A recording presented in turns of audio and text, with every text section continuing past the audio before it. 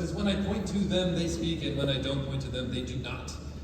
Now this is called story, story, slay. So the way it works is when they make an unfortunate error, or they don't have something to say, then we are going to slay them off the stage, or I guess onto the floor, because they're going to stay there. We're going to practice. We'll practice with Maddie. I'm going to point to Maddie, and you're all going to yell slay at her. Okay, real nice and loud and proud. Ready? 3, 2, 1. Slay! There we go. That'll work. I also need somebody's name. Let's see. Who has a? Let's see. Do you have a name? You have a name? What's your name? Andrea. I like that name a lot, Andrea. Let's give it up for Andrea. Andrea. I'm going to 1, 2, 3, 4, 5. 1, 2, 3, 4. Let's there we go. All right, so we're going to tell Andrea's story. We're going to tell a holiday story. A holiday Andrea story. We're going to tell this story. Let's count them down. We're going to start at 5. We're going to end at 1. We're going to start the scene at 5, 4, 3, 2, 1. 'Twas the night before Christmas, and Andrea couldn't sleep. She was so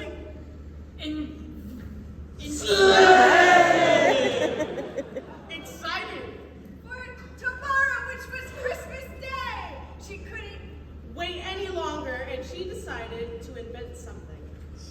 She invented a calendar, which Slay! That was a self-slay. She invented a calendar. She invented a calendar in which could time travel her to Christmas Day.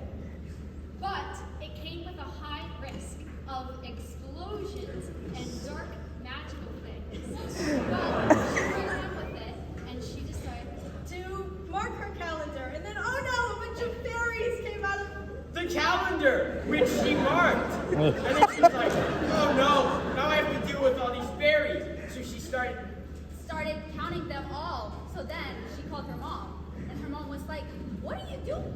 doing a Christmas Day with a bunch of fairies. And she was like, it wasn't me, I swear. It was the fairy king of the calendar and cursed me living with a bunch of fairies who won't leave me alone. And you have to help me. it's horrible, it's traumatic. So the mom said, why are you calling me? You're gonna have to handle this yourself. So she grabbed a giant garbage bag and started getting the fairies with it. But There were too many. They overwhelmed her, and they took over her room.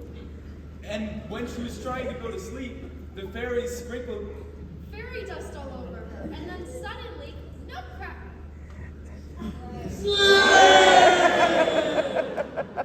Nutcrackers popped out of the calendar and started attacking her with their swords.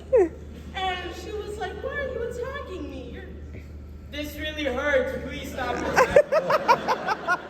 Luckily, Santa was walking by and he just walked right on in. And it was like, I'll help you, Andrea. Let me get rid of this.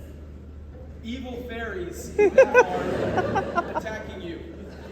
So he took all the fairies and banished them. But then there were evil elves that came and took Santa away. So then Andrea went with the Andrea went with Santa Claus to try and save him. but Rudolph had a cold. And he was feeling really sick. And then there was a blizzard outside. And Outside. And she was like, oh no, I can't. get to the North Pole. So she told him, Pole. And Santa was like, nah, I got it.